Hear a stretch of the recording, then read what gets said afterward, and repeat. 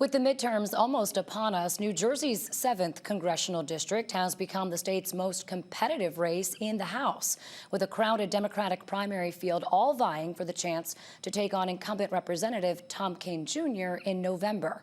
Among them is businessman Brian Varela, who's positioning himself as a political outsider with a working-class message and a willingness to self-fund his campaign. But as the race intensifies, questions have emerged about his strategy, how he plans to stand out in this packed field, and whether he can flip this district blue. Brian Varela is with us now, where we will find out how you plan to do that. Brian, welcome. Good to talk with you.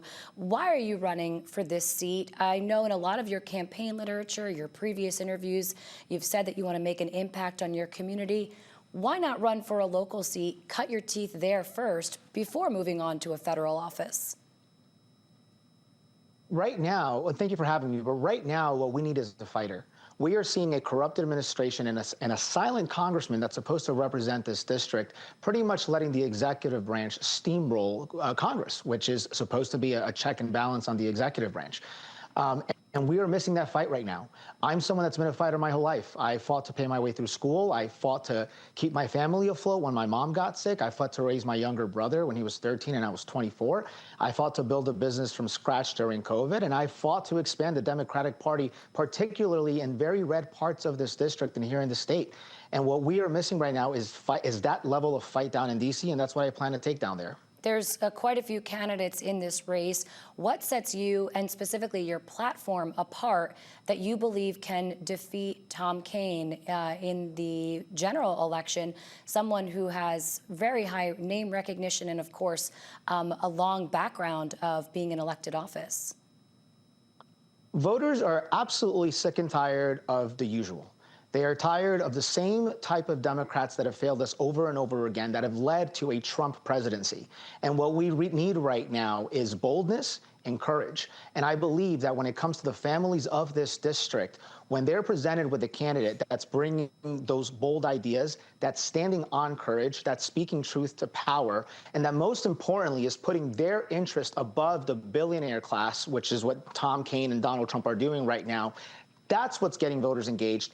That's what's going to energize the base. And quite frankly, that's what's going to win over a lot of the disaffected Republicans and independent voters, the unaffiliated voters who cannot stand what is happening in D.C. right now. We need a fighter, and we need someone who's going to fight for the families of New Jersey 7, and that is me. You have your first TV ad out this week where you pledge to dismantle, quote, Trump's ICE. We're hearing this a lot from Democratic candidates this season in particular.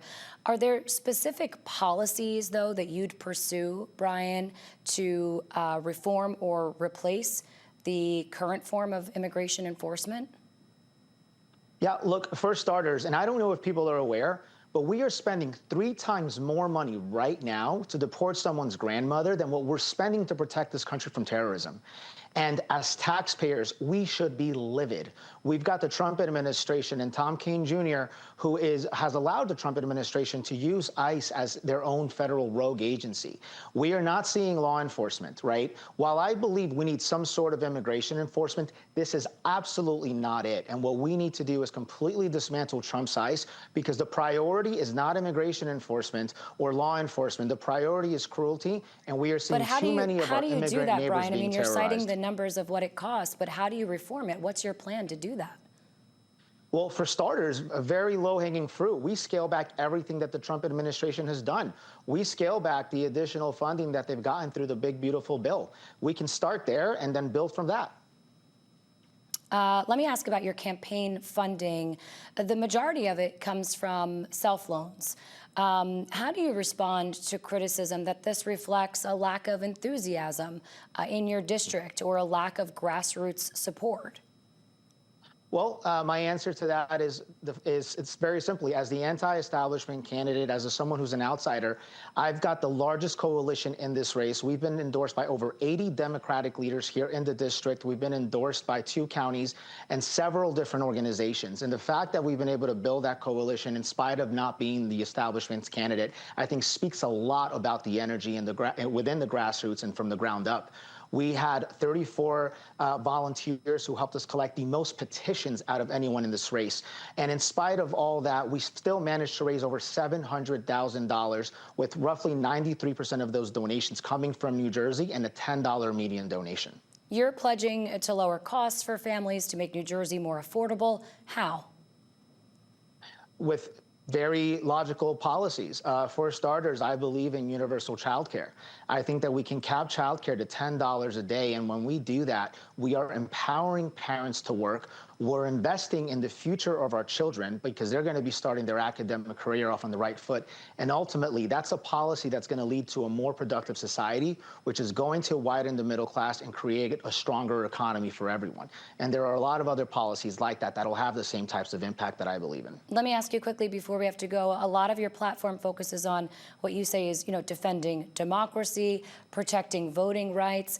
Given the Supreme Court's decision yesterday narrowing the scope of the Voting Rights Act, what legislation, or is there specific legislation that you'd pursue to sort of redefine some of the protections that have been in place for decades?